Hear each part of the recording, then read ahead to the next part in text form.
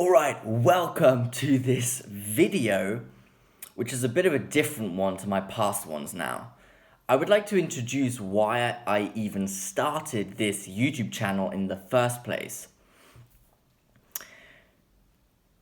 The intention behind this channel was actually to leave something behind for my family, my friends, for the world, in case something were to happen to me. I would think it's a shame to have learned so much in life without being able to leave a trace of the knowledge that I've accumulated, so which could maybe be of utility to someone else.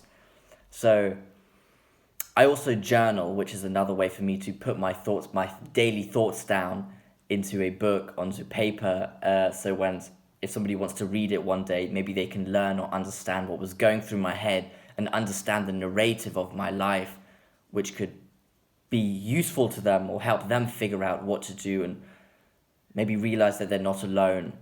That's what I wanted to do. And leave something back for my family, my friends. Obviously, I don't want them to binge watch my videos if I ever were to be gone. So, struggle to let go. I don't want that, but it's just to leave knowledge behind. That's really the intention of this whole channel. Okay, so what's going on my mind right now? There has been a narrative going on in my head for, I'd say, over a year now, or probably all my life, but it's been more conscious for the past year to 2 years. And it's that I have an enormous urge. I'm dying for answers that can fill the complexity of the universe, fill the void, the unknown, the uncertainty of the universe, because that's an enormous realization on one's shoulders, for me at least, to know that the universe is infinitely complex and we are so limited, but we have to somehow deal with this complexity. I'm urging to find a map, a navigation system that lets me map out reality, that provides the most accurate representation of the universe and that is humanly possible right now and is provided right now. I'm looking for that. But I'm afraid of it being suboptimal. I want a map that most sufficiently represents reality. But there's no way of knowing whether it's the most optimal or whether it is suboptimal. Well, it is always going to be suboptimal because, let's say, the universe is infinitely complex. And that's frightening. That does scare me. I'm in sort of a gridlock, and that's the narrative of what's going on in my head and my life, I would say. It's this balance between becoming too radical with one map of reality or being too soft, too drift-like with no map of reality. It's like, yeah.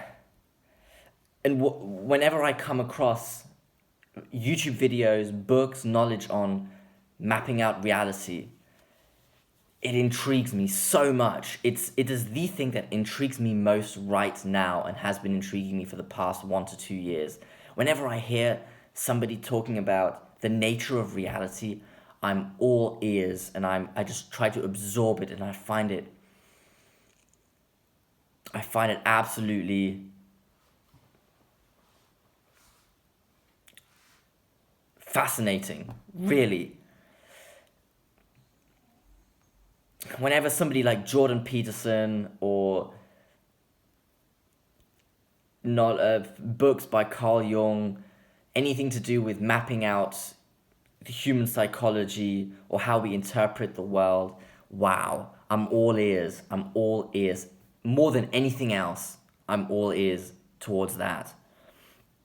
And I'm in this trade-off between sort of fundamentalism on one side and relativism on the other side. And I honestly think every human is in that trade-off.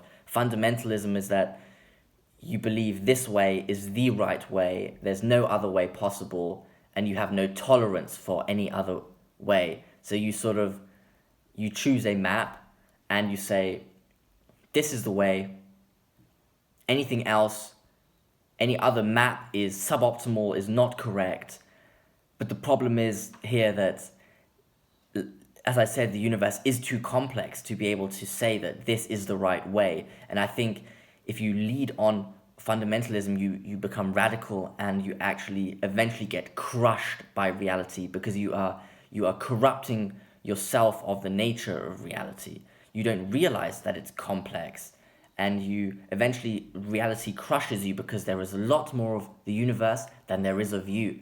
And the universe continues to be dynamic whilst you don't, because you become rigid, and the dynamics of reality crush you then. On the other side, we have relativism, where it's the opposite of fundamentalism. You say there is no right or wrong, and that's not a better option, because here you do not have the possibility to value anything, because valuing something is discrimination. You value something over something else, so you discriminate against that something else.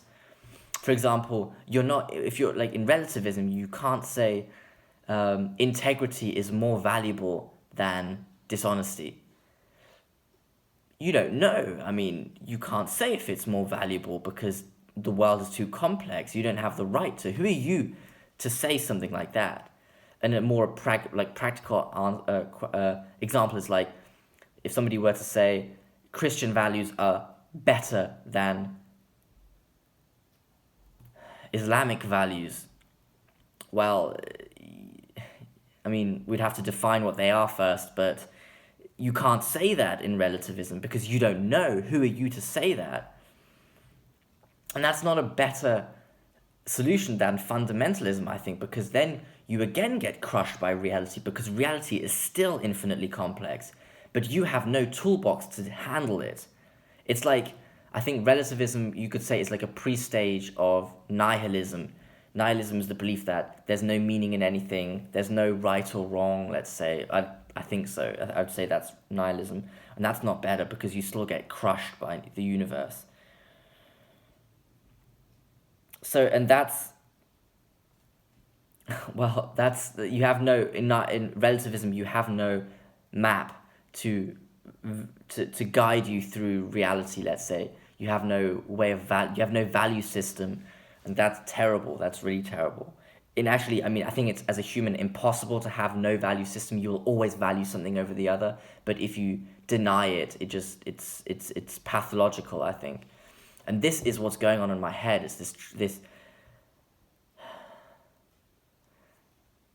this complex balancing act of life between the radical and the radical on one side and the floating on the other side. And without